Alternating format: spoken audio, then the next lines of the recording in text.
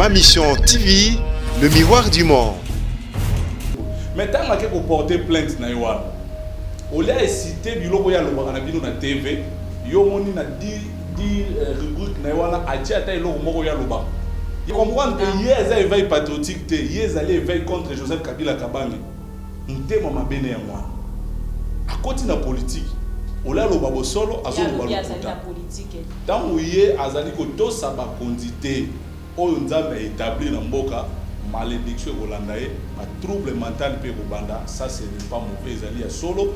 Kutu il faut ba memaye na scène pepe ndenge bazwaki mwana semi na longoli lunette bato bozolo bageto sali montage bozwa même vidéo ya mukuna bolatisa ngo elongi na ngai kwa kozwa yango na opesi $1000 bobenga mama bibi kapi vidéo wana bosala yango comme ça to komona ba genou bo reproduire ba genou wana ba mangwele wana bosala même vidéo pour lo beza montage biso to sali bino pe boza maele bosala même vidéo na elongi ya Junior Mpechi soko sali otineli mama bibi na pesi okudu na $1000 zali carte bango bazo jouer batindaki mukuna fingaka Kabila parce que amoni d'abord biso association kudu Kabila forever et botami ezali kolobela makambo so Joseph Kabila babangi balobi bao bazali ko préparer retour na ye biso peto luka élève bake kozone mutu ya mabe bake kozwa mukuna faux pasteur bakanisa ki lokola salaka makambo kote ya Yesu azana crédibilité nzambe alobi o ko toucher Kabila na ko frapper yango kolumbu ya mukuna bimi nani azotalisa bitino te mokola le musali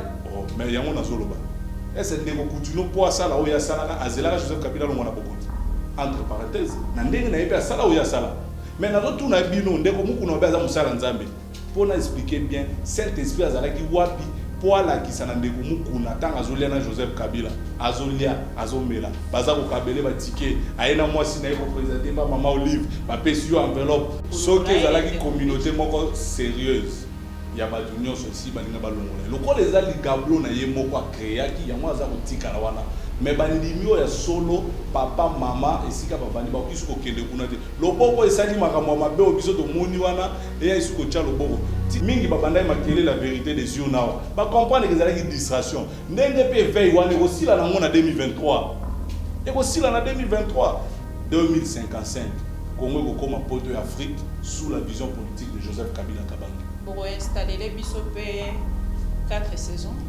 bon tout n'est question jour oui papa évêque sexuel ceux qui batouana lobi bazongeli pouvoir yo comme soutenir l'autorité établie donc aux on a su soutenir Joseph Kabila nzambe merci parce que alakisi vraiment kaza mutu moko immoral to kokaki kozala na été non nzambe asuni biso bao balingi bazwaye parce que biso to moni vraiment que aza immoral azali ko manquer même nani a manqué biso na nini asala campagne to longa te.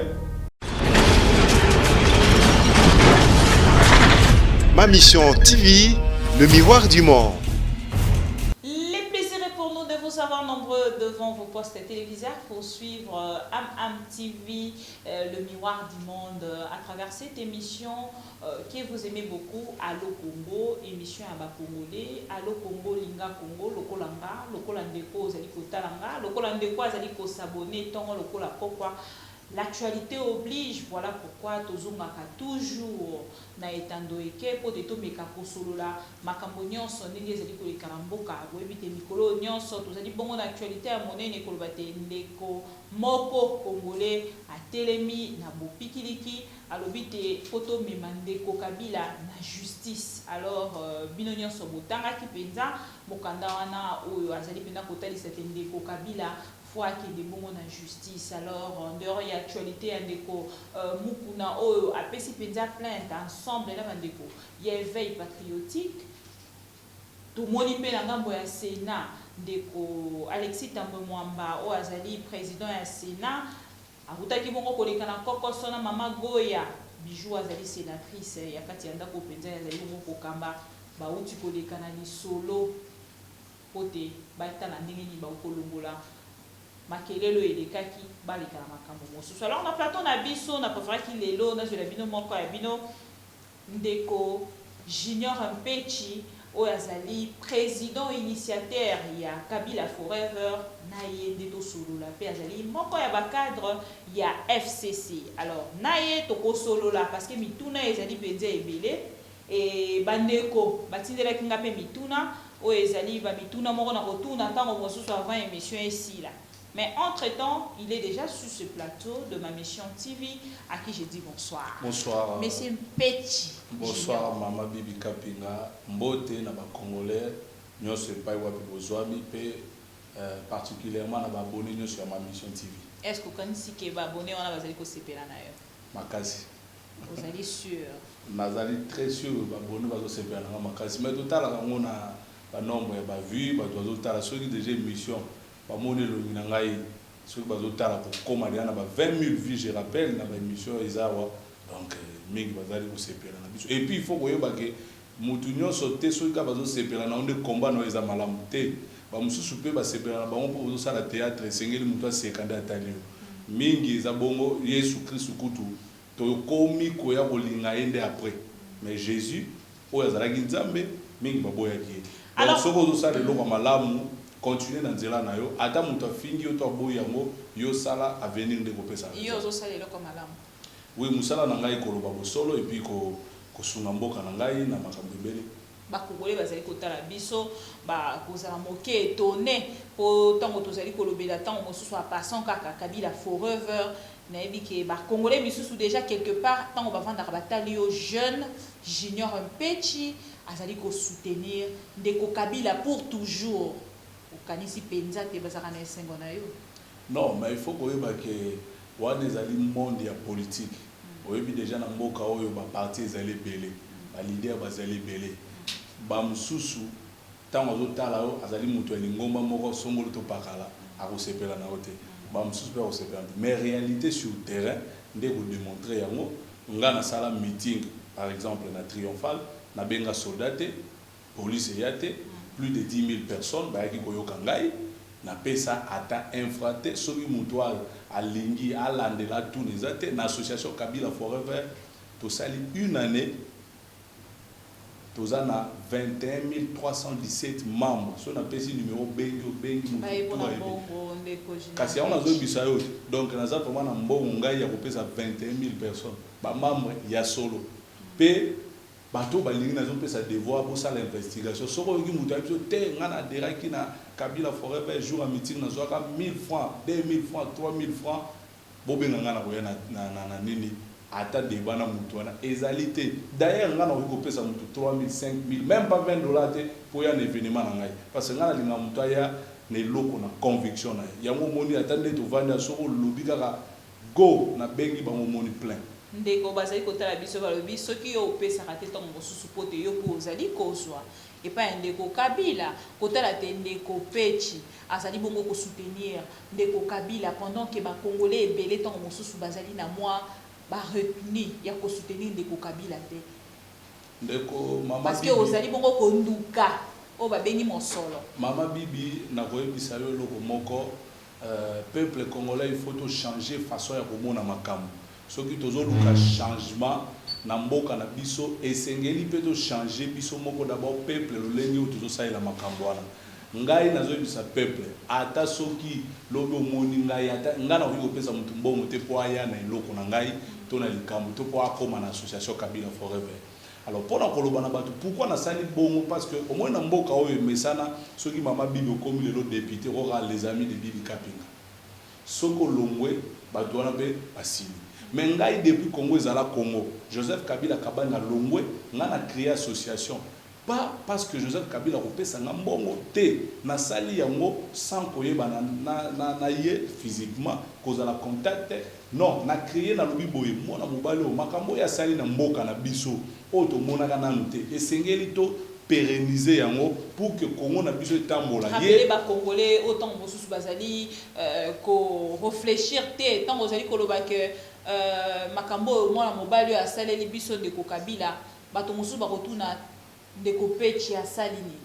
Merci. Pour rappeler un peu bandeko bazali koloba c'est juste à passant. Oui, merci beaucoup. Atami balé kaka. Temi balé kuté kozala mukenga na zanga na ngai makambo ya koloba te po mutu nyonso amona yango na kolobelo moko mama Bibi Kapinga. Oyebi mboka evandaka na fondement eza na biloko evandisaka mboka bandeko bisika tout bozali pays lokola la République démocratique du Congo depuis époque ya ba Belge biso tout tobandaka ko rêver kaka eloko moko démocratie soki okanisi makambo ya kolia komela depuis mundela tika biso tolia kana biso mais peuple congolais akomaki aza aluka liberté na ye omonde to va detando ike mama bibi kapi na yambi ngai toza koloba liberté expression démocratie ekoti Joseph Kabila tali alobi te peuple il faut yeba tango Joseph Kabila akotaki na bokonzi akotaki na élection te na 2001 akokaki pe koloba ke ngape nazo memaka mboka na ndenge Mobutu azalaki na dictature na kende na moti ngape mokolo na kokufa akokaki pe kosala yango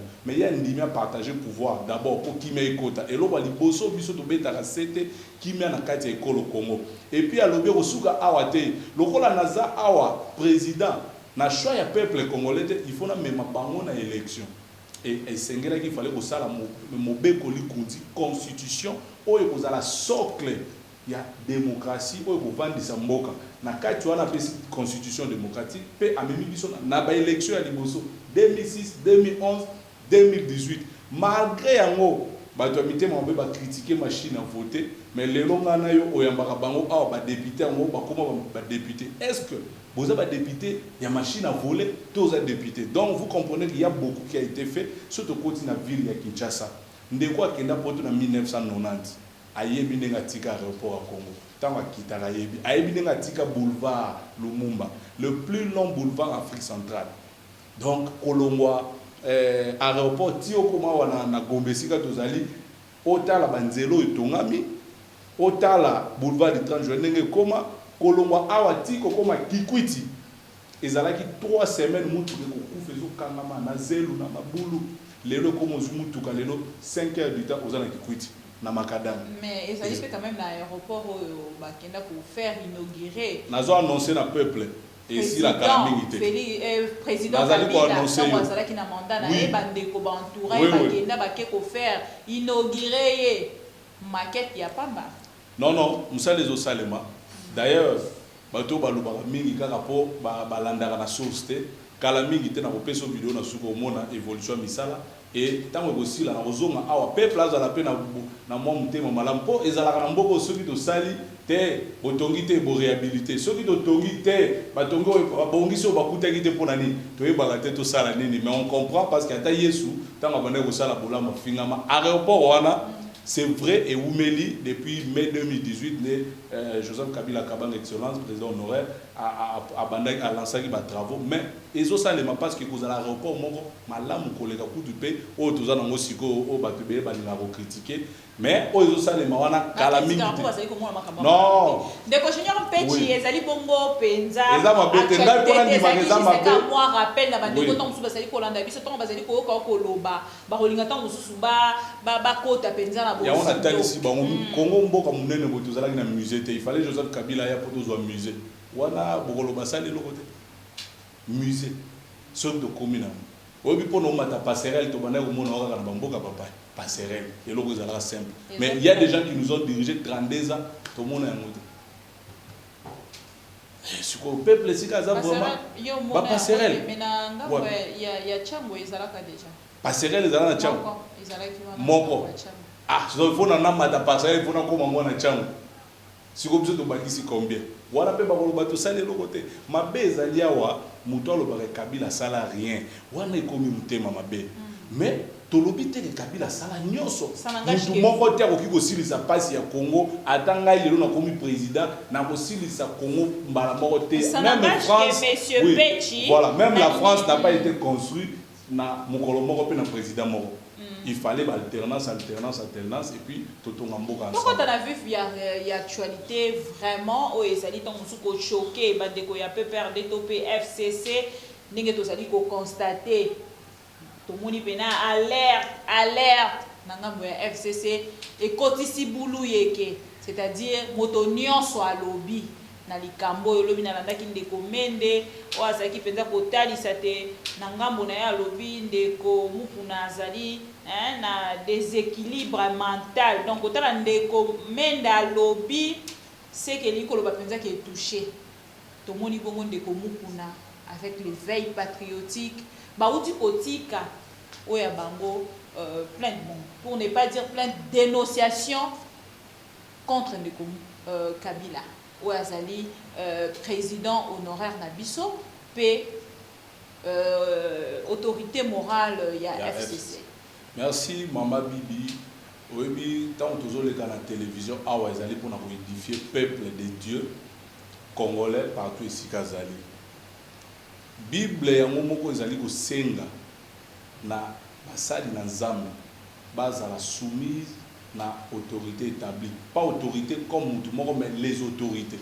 Siko omoni mutu oya mibengi musala nzambe tant ye azali ko tosa ba kondité oyo nzambe établi na mboka malédiction rolandae ba trouble mental pe banda, ça ce n'est pas mauvais ezali ya solo kutu il faut ba memaye na scène pepe ndenge bazwaki mwana semi la police ezwa avant que koma trop tard batala ye nanu qu'est-ce qui ne va pas na mutu na peut-être 3 mois ya kozwa mabonza te na badim ekoki pe ko déranger makambo mais pour la plainte wana dénoncer kasi tozo koma qu'est-ce que les gens appellent vérité awa pe il faut koyeba ke ndenge azawana congolais moko te azali likolo ya mibeko soki lelo monsieur Mukuna ancien pasteur honoraire président éveil sexuel et azali toujours pasteur il y a ACK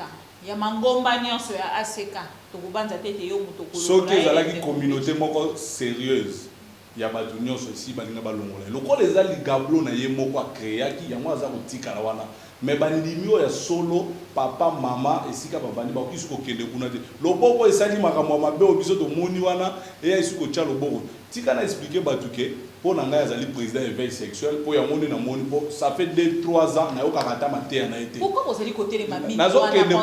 nazokende kuna na makambo peuple bazotelema wana te ezali distraction po bolingi bomemela mpenza peuple congolais te mama Bibi Kapinga bato bazali koloba ezali distraction ezali bakongolais en général te ezali bato oyo bazali sima ya Mukuna parce que o Mukuna azosala bazali ko utiliser na politique ba politicien nde bazali ko tinda ya sala oyo azosala na ko dévoiler awa nde ba militant na bango bazali ko soutenir ba engager ba congolais no sote ngai vraiment responsable paraboye makambo Mukuna sali ngana kende ko betele mo bazali ko accuser nani na ndeko na sima ya ndeko Mukuna parce que ndeko Mukuna lobby azali ye moko na éveil patriotique na nzambe éveil sexuel nzamba zana été o nzamba lakisi ezali kofungola peuple na ye mayele boye ba ete mutu o yazana ngai te yango moni nzamba lakisi biloko na ye alors na lakisa na peuple avant na kota na makambo na ye bana ya zoba bino nde bosali ba montage OK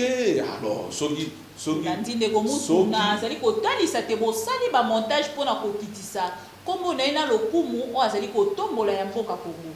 D'abord pour mon age makambo aza ko bazo kosa peuple chaque jour ezo sala nga pasi na bino bana poto bozo soutenir bozo malédiction pour rien soki nzamba la kisi bino ke mutu wana za musali ya lokuta esengeli botika ye boluka mutu bomonika kosala veille patriotique ngai junior page zela ngai junior page na télémé le veille patriotique te je lutte contre banti valeur et veille patriotique eza mabete FCC azana te pona ko sala peuple de peuple congolais mabe non FCC ezali ko bunda pona mboka na biso e bonga ndenge congolais no so souhaitaka yango et veille patriotique tango komisi yango et veille ya kombo ya mutu moko avec ba mensonge wana nde to moni mabe tango ya ke ko funda tozo ngana na plainte abato koma kuna mais tango ya ke ko funda abanda ko accuser biso to bomi boy to bomi eloko boy to bomi société boy mais tant que ko porter plainte na yoana o l'a cité biloko ya lobaka na bino na TV yo moni na di rubrique na yoana atia ata eloko moko ya lobaka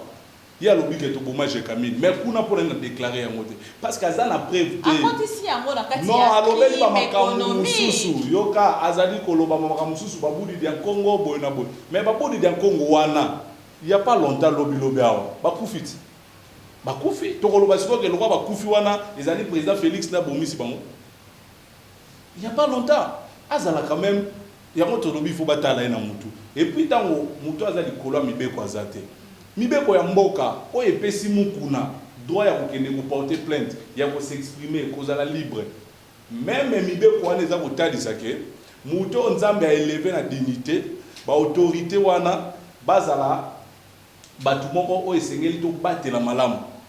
Donc la loi portant protection des anciens chefs de l'État. S'il vous plaît. Merci maman Bibi.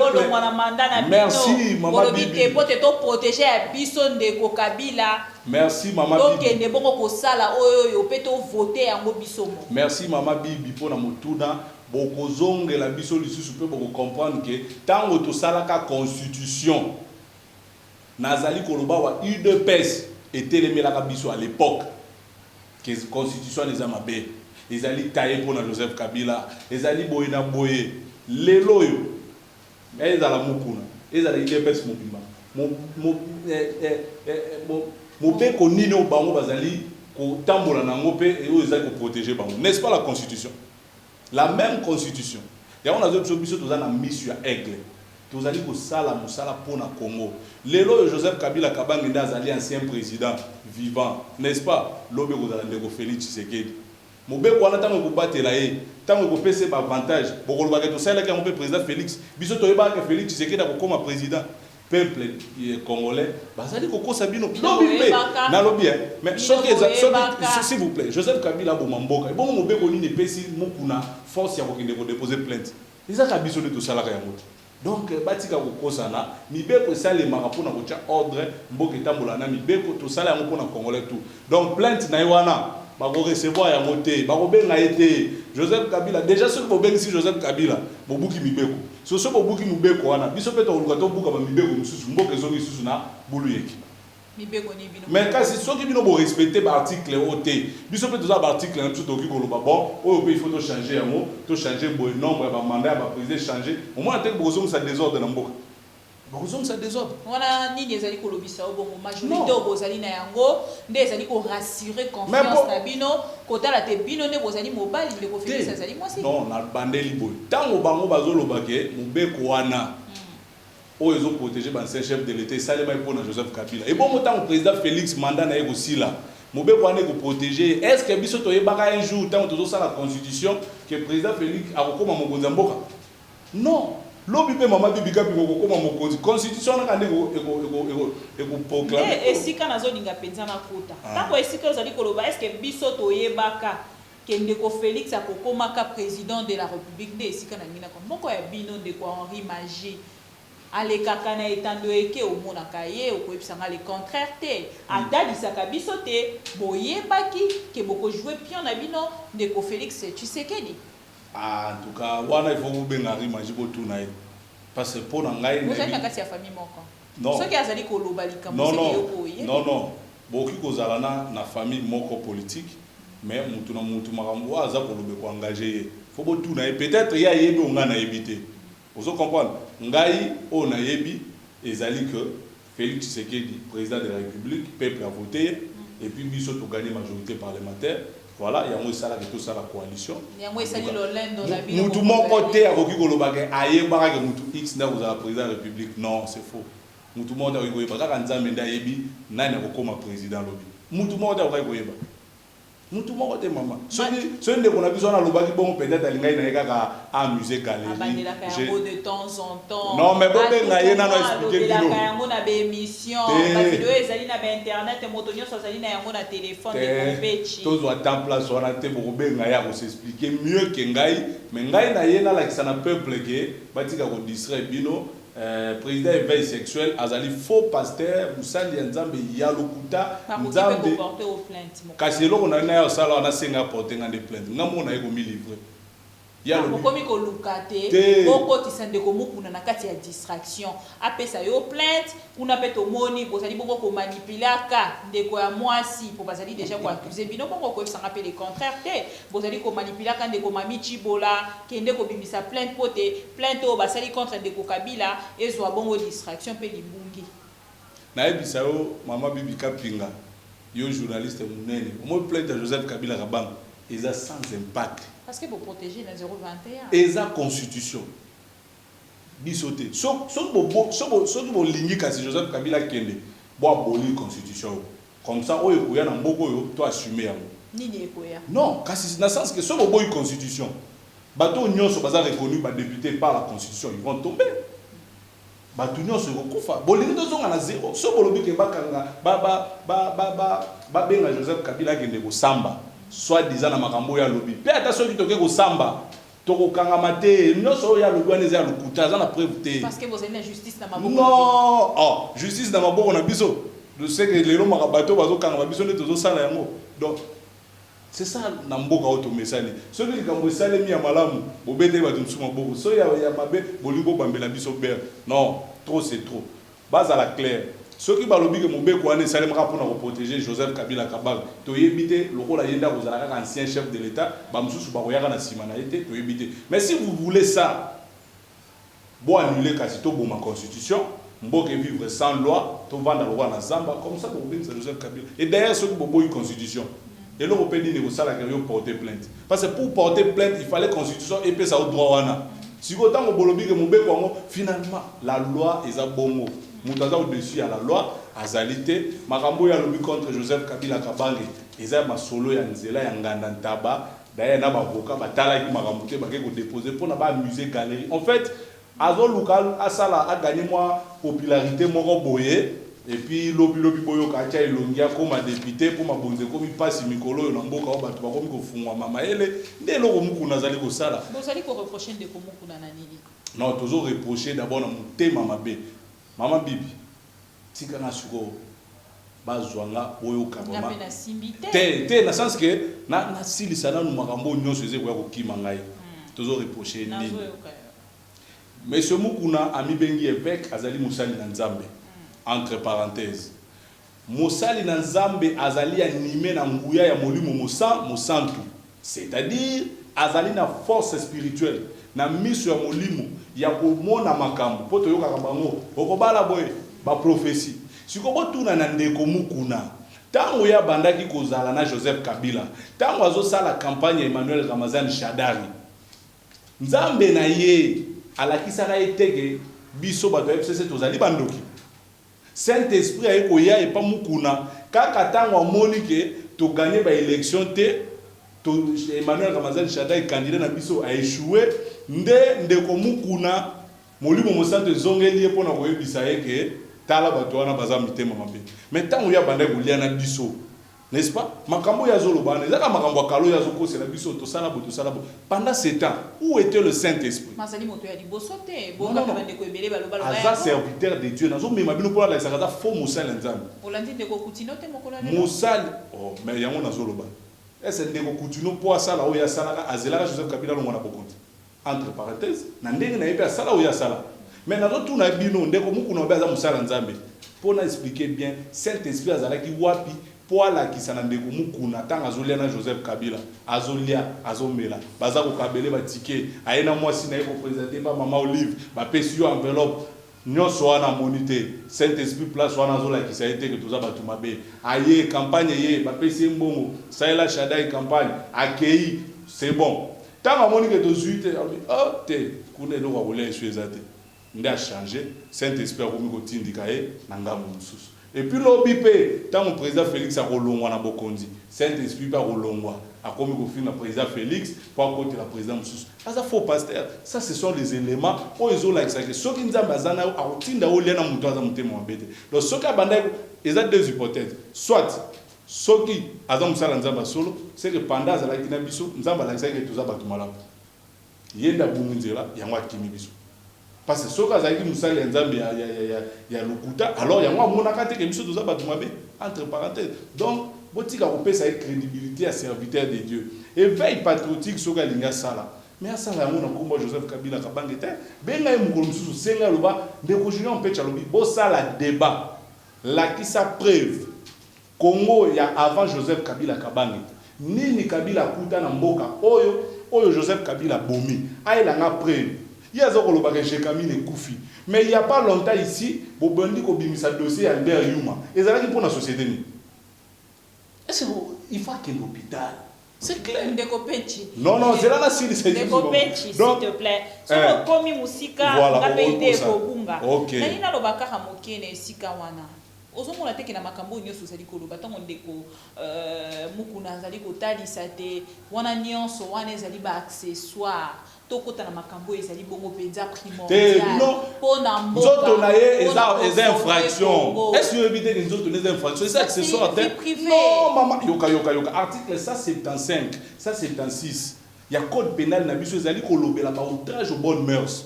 Ce n'est pas une vie privée. Mais ce qui est ce qui nga nzoto na ngai mais yango nazoloba ce qui nga nzoto na nga na bimisi yango libanda na bebisi bana batu te bana mike baza kotala nzoto na ye te mama mama bibi batindeli nga ba message balobi bongo mama bibi bolanda yango te ezali distraction pure distraction montage ya makasi mutu azali ko distraire peuple ezali mukuna yende aza ko distraire bango pe mingi bazolanda ye po baza na confinement balobi ezali distraction mukuna yebisa bango mbonga 100 jours eke wapi soki azosala éveil patriotique ya solo yongisela bango malobana ke botuna mpe papa mukuna donc bino bozovivre na le passé 100 jours bamillion ebungi éveil patriotique ekangi munoko mpona kobanda kobeta masolo ya lokuta sans preuve pendant que non avant justice esala mama nga na banda koloba na tv mukuna tikala kolobela yango te justice euti kosala mosala lobilobi awa ye alobela yango te biso nde tobanda kodénoncer que tous les gens misala ezosalema te bato bakotonga baimmeuble baza koyiba baso de moto eza bloqué mukuna n'a jamais parlé ya gestion ya 100 jours oyo mbongo elimwe ayebi mpe esika ekei olozonga na le passé badossier bamakambo nyonso ezali mukuna kolobela yango te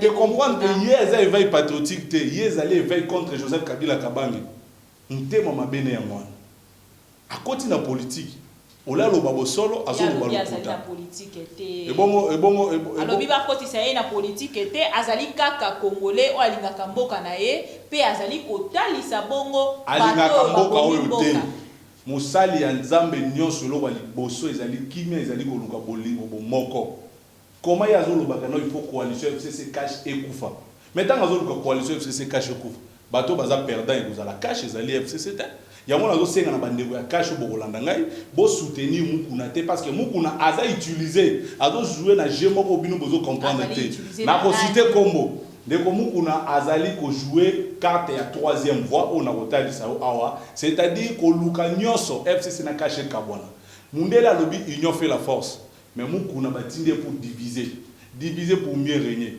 papa biso peuple appelle biso majorité parlementaire ndeko Félix Tshisekedi a gagné. Tout le monde que non, il faut tout camper ensemble. Puis d'ailleurs, il fallait la cohabitation. Joseph Kabila a habité, attaque on a gagné ming na deux chambres et c'est tout sangana, tout ça la coalition. Bon gagné mingi to boyibi mingi. Ah mama tika makomozolo bana to yibi. Ndeko mukuna sali koloba yango ezali ngai te. Wana mutu na yezo sala bien te. Tika au moins tant on a expliqué peuple makambu ya bien. Koko zaka été mutu ezo sala bien te. Il faut pas me mayer na scène PP. Parce que comment expliquer même machine est votée bis bamsous ba député et comme moyibi même machine est votée président de la République et ça bien la même machine. Oh peuple a zo baté. Et puis bah il faut pas y barrer l'or moko. Il faut pas y l'or moko. Sauf qui met ça dans beaucoup hôtel au tambolate. Alors un serviteur de Dieu ou azo senga to dissoudre parlement. Tous exemples, to kati parlement. OK. Mongo to organiser l'élection. Cet argent ne peut pas faire quelque chose pour la population. Il faut que sous peuple na ba urne. Et ça pour nous biso na sima. Président Félix Yohana za président, mingi babanda makele la vérité des yeux na. Ba comprendre que ça une distraction. Ndenge pe veille wana aussi la ngona 2023. Et aussi là en 2023. Donc, batika vous distraire. So kaza musala nzamba solo, il faut kimezala to tonga mboka na biso na kimia pona l'action sur kaza faux serviteur de Dieu, otika kolanda e. Parce que wa kolanda mukuna, je vous annonce au kozala na malheur e kolanda o boyebate. Wana nazo pesa bino message authentique. Tala mama alobi ya soutenir autorité établie. Yoka équation na kopesa retourna mukuna. Lokola ya soutenir autorité établie. Ce qui lobby en 2023 na élection, Ngai Junior Mpeti, candidat ya FCC par exemple na présidence, na longi maponani. Mukuna a soutenir autorité établie. Donc vous voyez ce que soutenir biso. Hypothèse na ya mwana, il soutient l'autorité établie. Mais maintenant, si jamais biso bandoki FCC, tozongeli pouvoir lobby en 2023. Parce que vous avez déjà souhaité. Non, n'a pas ça une question pour retourner. Tété, maman, tout ça la politique. Hein, on va pas abandonner tout ça bunda, c'est la politique. Bon tout les questions je ouais, mais papa évêque sexuel. Ceux qui batouana lobby bazongeli pouvoir. Yo comme on soutient l'autorité établie. Donc on a soutenir Joseph Kabila. Tout n'est que question place wana pour mon azali wana botuni na muté donc bato baza ko utiliser ezali to moni yango clair ndeko Francis Kalombo azali mutu Moïse Katumbi ezali carte bango bazo jouer batindaki mukuna fingaka Kabila parce que amoni d'abord biso association kutu Kabila forever et botami ezali ko lobela makambo so Joseph Kabila babangi balobi bao bazali ko préparer retour na ye biso peto luka élève ba ke ko zone mutu ya mabe bake kozwa mukuna faux pasteur bakanisa ki lokola salaka makambo kote ya Yesu azana crédibilité nzambe alobi o akotoucher Kabila na ko frapper yango bolumbu ya mukuna bimi nani azotalisa bino te ndeko Katumbi akoki kozana na bon Francis Kalomba koteli mukuna pona c'est là na pese exemple non Kalombo ndenga azali wana azali membre ya bino autali na FCC azalaka na minute osoko ya mbia lobaka nini asa mutu ensemble n'est-ce pas? Si vous mettez ensemble, ayebi ba tactique na bino, ayebi ba montage na bino, ayebi penzanda kwa na vidéo wana zali montage. Bisika bolambaka, bisika bobongisa kama kamonyo sopote bobimisa na eta. Donc vidéo wana zali montage. Bisika pe bosala ka pona kweisa. Sikoyo nazo loba ya mama. Adversaire na bino. Nazo tso mama batuming babundisa Joseph Kabila. Oso mona bolumbu na bango. Bomi tu na pe question. Mais pour nini soi-disant kuna abandi ko finga biso bolumbu ebimi et bon bato yo babanda ko finga Joseph Kabila kala bolumbu emonana te pourquoi ezali nde bato bino bopesa ka considération vie ya mabe baza ko mener eza misala ba pasteur a Congo mukuna ezali nzamba frapper pour ko toucher intouchable intouchable par rapport à Dieu a touché, envoyé de Dieu pour le pays, en on a humilié. Question n'angai. Voilà. Donc, oui. L'autre le bate.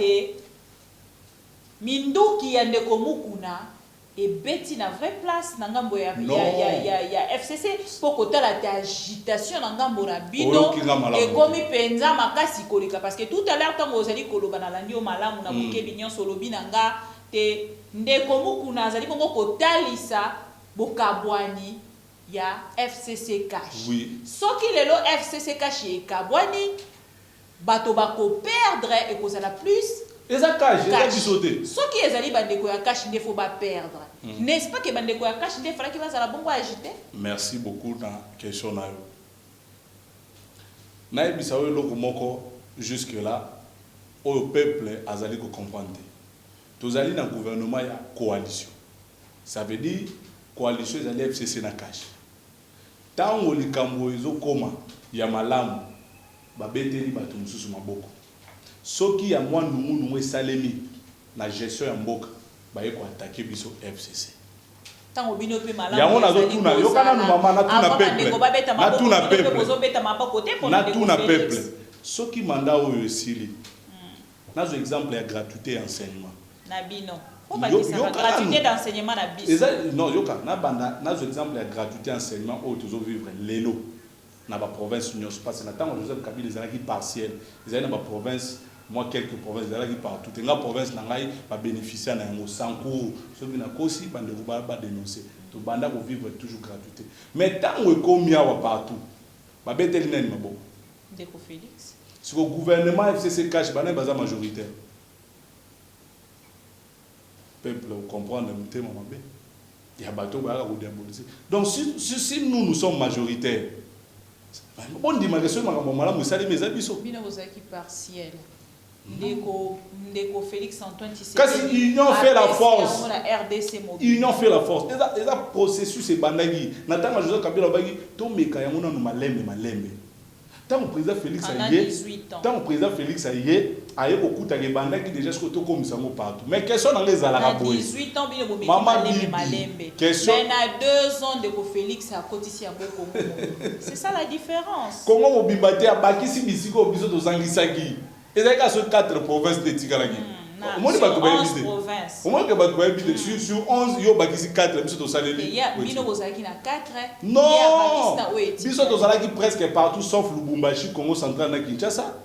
C'est fini non. Le reste de la province gratuité Salema. Donc aux ans à Congo central. Kinshasa oyo, il y a biso bakinois et il y a bango bakinois na za villageois na Lubumbashi. Mais partout tout est gratuité. Bino Bozali 8 ya sali 4.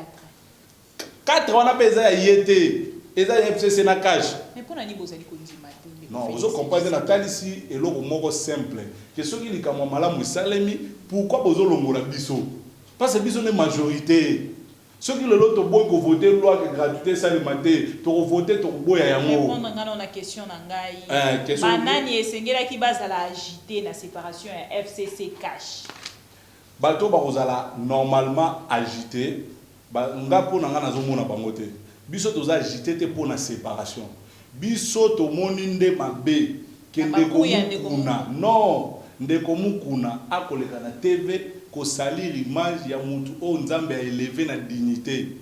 C'est-à-dire Koko président de la République ezali panango bate 80 millions yo la numéro 1 na bango. Oyebi combien ba lukaka bisimba simba comme député. C'est Dieu qui établit les autorités selon la Bible. Si il y a un président de la République Azali, autorité établie toute sa vie, Joseph Kabila Kabanga, parce qu'il est sénateur à vie. Yo Bible, il faut soutenir l'autorité établie. Encore, au monde qui est si cas un problème dans le Bible, il soutenir l'autorité établie. Sénateur à l'autorité établie, député à l'autorité établie, ministre à l'autorité établie. Mais, il y a des soutenir l'autorité, le reste à zone négligeable. Il y a des gens qui ont frappé. Tant on a le bagino qui a touché. Mouto basi mbaraté, c'est parce que Joseph Kabila, on a annoncé Biloro Awa, bolinga te, c'est Kabila là que vous voyez, il est l'envoyé de Dieu pour ce pays. Et puis na édition pour na édition bala moko, yo kanga mama. Écoutez, si un pasteur il y a solo à ça la nzambe, il y a solo les dieux vivants. Aya au contredire ngai yoka ce message na pesa prophétique au mukunaza na motepe ya kolobarate 2035 2055 Congo kokoma poto ya Afrique sous la vision politique de Joseph Kabila Kabanga. Pour installer les bisopé 4 saisons. Non, poto ya Afrique. Elingi kolobarake biloko bomona na poto ona ne koma awate nyonso kokoma. Pourquoi tout ça là oya biso mo côté? Est-ce que vous comprenez la dimension de notre illustré poto? Nandingi batali sa biso na bato ba ko kolonze zo non de kazala mwindu mundele anja zala kande mundele. Na sens que biloko bomona ka kuna métro ko komawa. Voilà, c'est une façon. Combien d'années biso on a 18? Na lobi mama, na pesi yo prophétie. Na kati ya 18. Pasteur Nyoso. Sa prophétie na yo, on dirait oye na mona retard, il fallait qu'il ait beaucoup plus na 18 ans et de Kabila. Congolais Nyoso aza honnête avec sa propre conscience. Alors image ya Congo ya 32 ans Mobutu na Congo ya pouvoir ya Joseph Kabila comparé à Mosogi ya biso eza mabe ba ebisa yo. On essaie de voir yo pesi ba. Non mais baza na koki koloba te na pesi bango ba ko koma ba ebisa biso ke ndeko junior moi na tanga Mobutu fonctionnaire ba nous 35 000 francs na tanga Joseph Kabila banda ko zwa 20 000 francs. Na pesi exemple voilà. Comme ça ba ko ebisa biso parce que même les preuves sont là. Bango fonctionnaire après vous a 35 000 francs. Il y a Joseph Kabila bandozo comme 92 000 francs. Si vous to bomi to bongsi. To ezali na 1800 lelo. Oh mon Dieu, 1800 oyo. Au moins ici aux hommes singa ici. Tout n'est pas patriotique à l'obéra mamboito. Joseph Kabila ndo matsato. Tout n'est. Te na tuni. Non. Ezali bon. Tango tope ezalaki na ngambo na bino bozalaki botikaki yango na 16. Ah. Mais bandeko bazali toujours. Et comme il a 19, yo zolo 18, 19. S'il vous plaît, de mon petit. Natango na bino. Bandeko bazali toujours ko futama 92 malgré to tika yango de puis to komaki na 16. Ya on a lobby Ya on a lobby 35 000 francs na muto bandeko zo 150 000 120 000 francs. To bomi to bongisi. Question ya kotunaka monsieur évêque Muguna éveil sexuel. Ya wana ya lobby to bomi.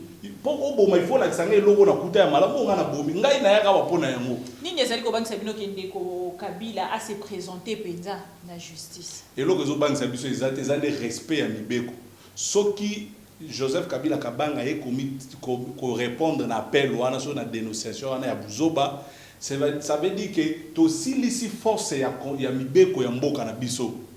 Est-ce que vous comprenez? Donc, quand on paie ça en valeur, et c'est une de vos ah, mi beko zo pekisanga makambu, songolo, pakala. Ce qui mi beko, toto si ya moté, bon toto sa lisusu nani, ya on a zoloba. Ce qui bolingi Joseph Kabila aya correspondre, et c'est ngeli alors to abolir mi beko nyonso ya mboka. Pour mi beko wana ndezo pesa que akoki koya ko se présenter pa bazuzi te. Pamba te likambu pe koki ko salema. Pendant que yo zali na pouvoir, mais yo te muto sali yango. Na pese exemple, babudi de Congo, pauti ko kufa wa lobby. Est-ce que président de la République, chef de l'État Félix Tshisekedi, nde abomi bango? Balobi police ya Kabila nde bomi bango. Oh, donc Kabila zali président de la République, obi commandant suprême ezana. C'est Félix Tshisekedi. Maman, est-ce que vous avez dit que dans le sa peuple? Ceux qui bolobi ke ndenge ba kufi wana, to tcha ona mutu ya, obi pourquoi batu basala ki bon? Parce que nyonso esali makana mboka. Mutu na mutu azali na responsabilité na ye. Siko ndenge batu bakufa ki na mona semia na mona ki okutu na ndenge bokendo sa reportage. Bato bakufi. To tia na mutu ya Félix Tshisekedi. To ko ko mala suka de pechi bande ko bazolanda biso je ne sais dire que ceux qui bazali satisfaits ou pas. Bon, à ce que je sache, to ko kipe ko satisfaire motonio sauté mais sinon ndeko pechi parce que to komi presque na suka ndeko mukuna na ote ko sala na émission. Pas plus tard que quelques semaines, à Talisi Bisoté, éveil patriotique, paix, continue à FCC. Kotala a récupéré des gens de Congo Bila, à récupérer des Congoya, à récupérer des Congo et Belé Penza. Nangambo, il y a FCC pour Bazali, Kotali sa vérité, paix Bolingo Yambok, de Congo Bila. Oui, biso keza. Tango a dévoilé makambo ezali ko leka penza na kati ya ndako na ye. Ndeko bibi, soki ezali na parmi ba Congolais balingaka mboka oyo Joseph Kabila kabanga za na kati. Tango ava ba ministre ba bimi, haïsi bango aller servir la nation. Wana parole haïsi bango, aller servir la nation. Pe na leka na ba télévision na loba yango. Ministre oyo ya FCC na kangio na mbeba ngai Junior Pechi na ko dénoncer. Na tout na peuple na gestion ya mboka na coalition oyo ba ministre baza ko sala musala ya malamu baza ya wapi mingi ya biso ba o bazali ko sala musala mabe mingi ya ngambu susu Joseph Kabila Kabanga mukolo ba ko fungula mutema na ye ba Congolais bele ba ko mona yango na pesi prophétie sous la vision politique de Kabila mboka ko koma poto Afrique mutu akosa oteke biso na FCC to kanga motema na ndeko Félix no c'est la 2035 non bo comprendre wana eza vraiment il faut ba homme spirituel pour ba comprendre kimba mutanga banda ko loba bimaka lo wana liboma botika na pesika message ba sala solo peso baza ba ya ko contredire bo bomba ka bilili ane onga na pesi bo vivre démonstration alors pona zonga biso toza wana te pona ko cautionner buzoba na yo kaka batu balobaka mingi biloko wana na tango Joseph Kabila Kabanga même ministre akangama akota prison ministre de développement rural et batu bazo kanzaka biso toza wana FCC pona kondima ba buzoba non d'ailleurs to sepeli ndenge président éveil sexuel mukuna longwe na ngamu na biso nzambe merci parce que alakisi vraiment kaza mutu moko immoral to kokaki kozala na été non nzambe asungi biso ba o balingi bazwaye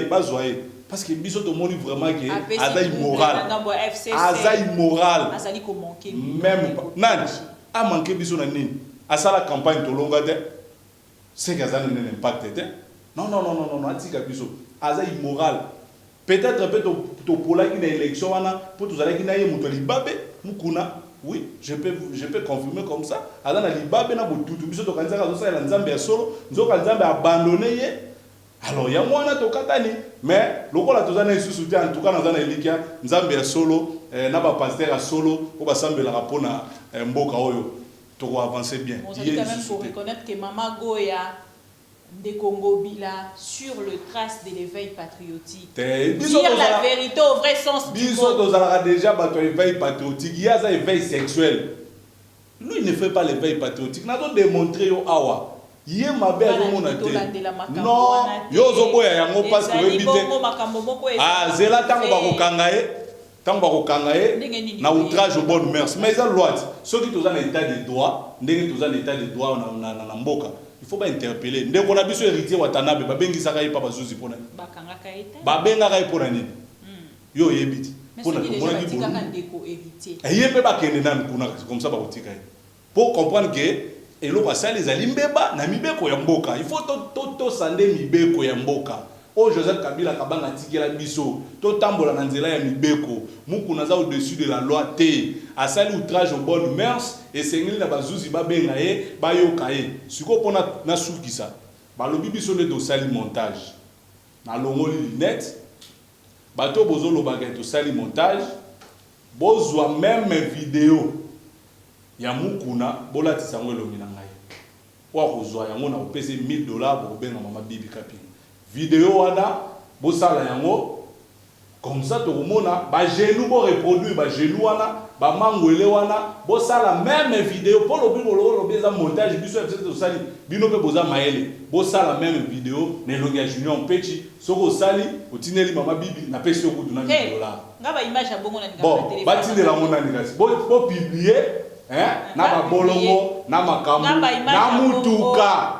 na mutuka na ba geste nyonso esalemi wana tozomona basoyi azosimbaka na munoko bosala yango na elongi ya Junior Mpechi ebongo to ndimaka ezali montage eza montage te eza vie na ye epuis ndenge eza wana soko lancer appel que muto nyonso mukuna sala mabe abima papa bakoya plus de 100 je suis convaincu parce que Moïse a eu 99 jours moko ya nzambe to kangene na moko me ba 99 mususu nde ebimi na nute vrai ou faux ndeko mukuna a frappé fort.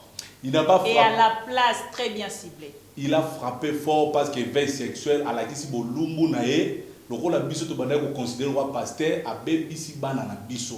C'est là où il a frappé fort. Il a frappé fort, il a bougé l'FCC parce que ce qui obio ke nanga makambo etali bongo bolumbu ndeko zolingo memanga. Mais c'est infraction. Donc bolumbu ya Etienne des ala infraction ya muku des infractions. Ndeko Mpechi na ningi okotisa nga. Pour na yo a frappé fort na iloko detini. Pour na agitation na mona ngambo ya FCC. Ndeko Menda lobby. Na ebisao. Oh, mais eloko il faut boyeba mende kutu tanga lobi alobi ni botuna nga makambo mutali boma wana te bino nde besoin insister atanga ya vraiment na oyo ka ngoma be makambo ya veille sexuelle mais nazo mona pena agitation ezo la plus makasi agitation ezali parce que naza ko comprendre que peuple de Dieu anyokwa mingi ba pasteur ebele bazali ko abuser mukuna za ya liboso te aza pe asuka te bazo sala misala ya mabe siko nazo mona ke mutu oyo batu babanda ko pesa valeur biso so toza dessus toza na ba militant mususu baza batu ba église wana je demande à tout le monde bo bima na église wana ata sambeleli opona malaria okobika te pour preuve bandime bele baza kuna mutu aza na onction ya nzambe to mona te sika la kiba malade babika te ata batu bazwa mabala te misala bazwa te yembonga mabonza sumba ba immeuble ba yemba mona na musique ya mokili wana nde musala nzambe ndeko Penti wana musala nzambe ndeko Peti to silisi pona lelo bandeko bozaki ebele kolanda biso de partout mais na ko aussi ça été sans pourtant na tuna aux questions oyo bandeko nyoso bazali kolanda biso ba retenir nini na kati ya to yebite soki to benga ngo acharnement FCC contre Mukuna oyebi est-ce que vraiment FCC ko kozwa tana yango et raisonner monte le rôle à Mukuna te Mukuna gene usamba na mamichi bola dossier ezali na justice akosamba pena ndeko Kabila akende usamba na mamichi bola dossier ezali na justice voilà makambo ya actualité ya mwana ezali o ya sali na mamichi bola est-ce na niveau FCC vraiment aux autorités morales Joseph Kabila Kabani o ko tchana kombo Mukuna vraiment Mukuna faux pasteur faux serviteur batu ba retenir que biso tozo sala acharnement te biso siko to lobi nde boye soko leki na TV okosela Joseph Kabila makambo olobaka boma mboka yo ngana boya na TV yo lakisanga Congo avant Joseph Kabila ngana lakisa o Congo ya Joseph Kabila ya tikaki c'est simple tala mama na bosali obi que Joseph Kabila kuta mboko na dette extérieure laissé par Mobutu 6 milliards Joseph Kabila longo na bokonzi atiki biso na 0 nyongo libanda pe na caisse ya 1 milliard 400 millions yango moni ba ezu agitation batu ba yibi yango ole batongela biso mboka ndeko Peti to silisi pona mokolo ya lelo bandeko bazali kolanda biso balobi na nga mama bibi soki otuni question ote tuna mama ekozala lisumu nini ezali kosala ke na ngambo ya bandeko ya FCC soki penza likambo ezali ndenge ndeko ngobila to mona ki abimisi bongo ba vérité bobengani entre bino bo gérer entre bino nyongo wana ekofutama te toke na ngambo ya Sénat babendani na mama Goya bendani bongo na président ya Sénat de Kotambwe Mwamba bobendi mama goya retirer plainte topé abosa na makambo wana azonga kuna babongisa na ndeko. Est-ce que le pays peut toujours être géré par un petit sentiment? Non, il faut de l'FCC. Non, il faut batuba ebelo moko. D'abord biso nyoso ba congolais bisika nyoso toza ata mususa fingi moninga ata mususa lingi moninga te toza na bo biso to ba congolais toza bana ya mboka papa na biso mama na biso Congo. Tant to sangana ka to sali lisanga FCC, c'est d'abord une famille. Pour quel intérêt? Pour diriger le pays, pour diriger en fait donc to sali la ba mboka o ba pesi biso pouvoir wana. Donc ce qui les kambo ezali ezali te que ce qui les kambo ezali to ki ko organiser entre biso te na ki pe ko be banana ndeko msusu na ko ya na télévision te to ko beta. Mais so ki ya mboka mosolo ya yango na zoloba congolais yango na zoloba so li kambo etali mosolo ya mboka parce que nga naza na ba élément vraiment te na dossier wana na zo yoka soki ya 60 millions et tout peut-être que solo les alaki ndeko yo kanisa eza boye te ta les alaka boye mais lokola tozwaka peut-être crédit parce que mbongo ngo ezalaki ko defa ba defaki peut-être atalisi ko moni ndeko na defaki to salaki boye batu ba éviter. Donc il faut avoir beaucoup plus na bo sepela peut-être batu ya cabinet ya gouverneur ya kala ndeba ko lo bate ezalaki libungi to defaka to salaka boye mais bango bakuti ke nyongona le silaki te parce que mandat silaki mais et ko sala boye voilà parce que soki likambo ezali botuna ndeko ngobila gouverneur de la ville bon yo lo baki boye mais tant que tout le monde bosololi qu'est-ce qui va se passer?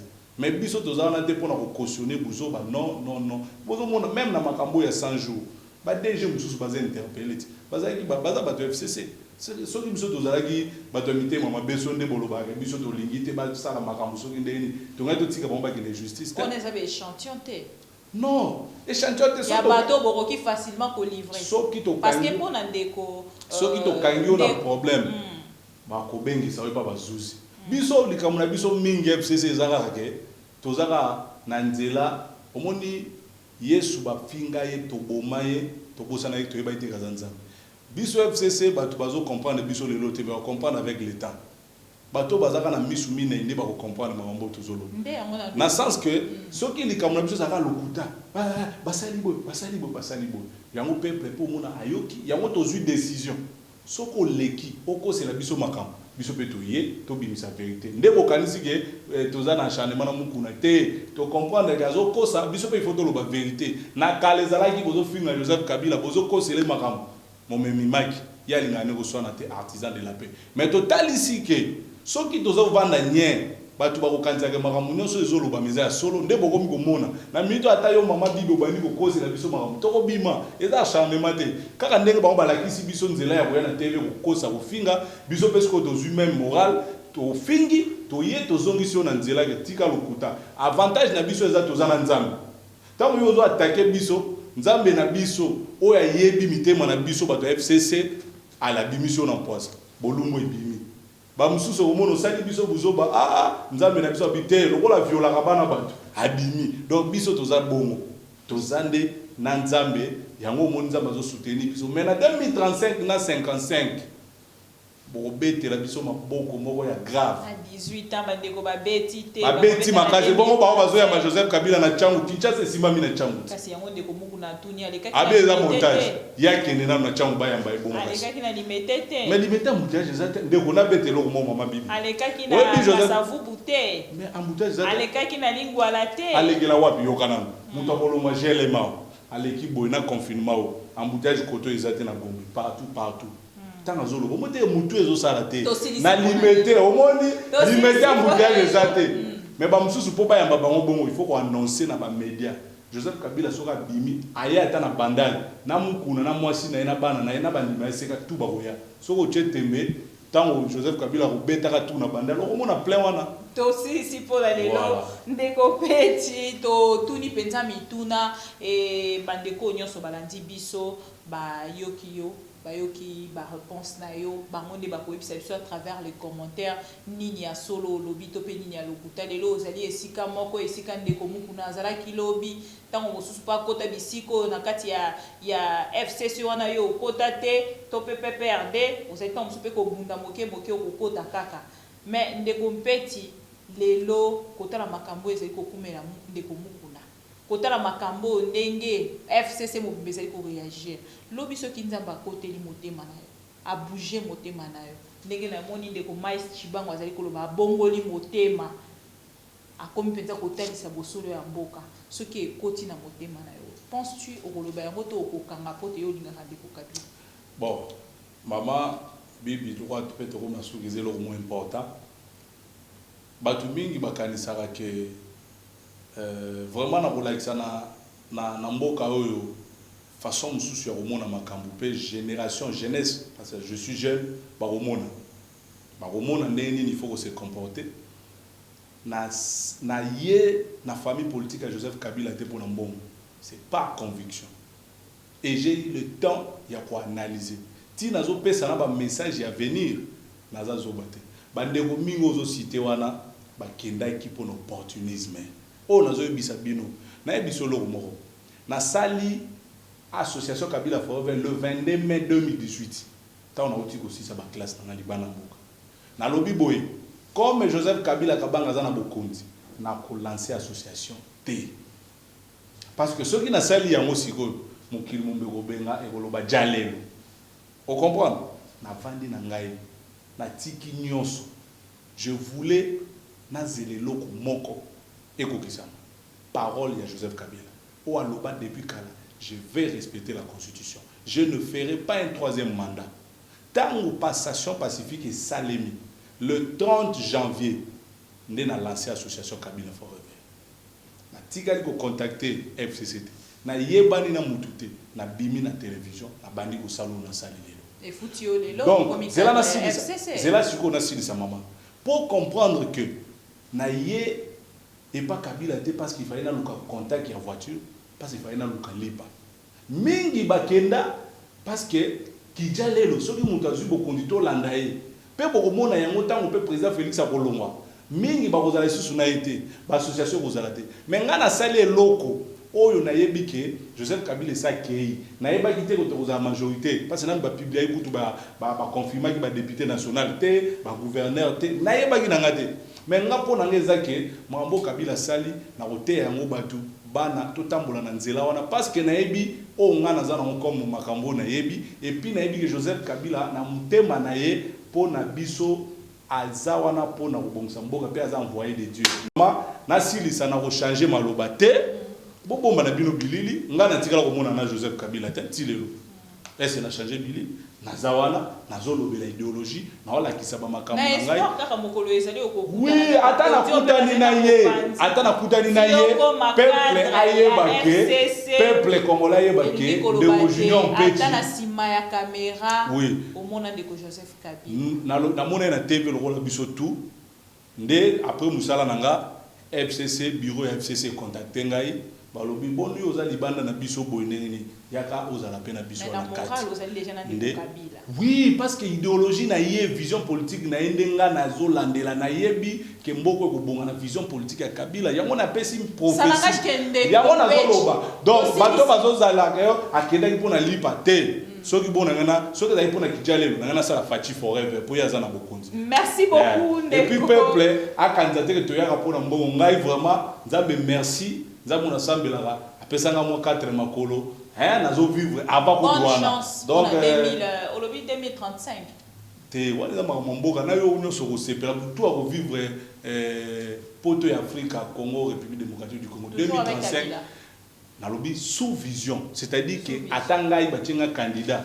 ya FCC tokotama na vision Joseph Kabila même Emmanuel Ramazan Shadari alingaki toujours atambola na vision ya Joseph Kabila donc na sens wana na zolobela vision politique ya FCC où ils allaient chapeauté par le sénateur à vie président honoraire héros national vivant père de la démocratie Joseph Kabila Kabange l'envoyé de Dieu. Merci beaucoup Ndeko Junior Petit Ndeko Nzimaki pour répondre na invitation na biso à ma mission TV tout monde rayo les karama Ndeko Ebele penza na ma mission alors ngape na part na ngana loba kité na ya Mbappé Ndeko Petit bandeko pe batindela nga mitune ebele na tuna yo en tant que jeune na tuni bolandi azana ba conviction na ye biso na ma mission to ya maramoto nyonso moto nyonso aza penza na likanisi ya kokabola kuna Congo tozalaka wana mpona bino ndenge tolobaka tozali liso na bino esika information ezali litoi na bino makolo na bino kokita en temps réel mpona kolomela bino information tosukisi awa mpona lelo mais entre temps bocontinue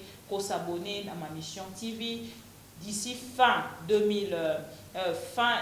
mai tout fêté 100 000 abonnés longo na bino 3 ans ma mission TV c'est grâce à vous de ma mission ezali grâce à Mosala tozali kosala vous avez informé. Merci à la grande équipe de ma mission TV. Je vois Voldine Gituka, Derrick Lukeba et Naelongo la bango de tozali kosepelisa bino na banda pona bino lokola tokutani mokolo ya lobi pona ba actualité mosusu. Bye bye.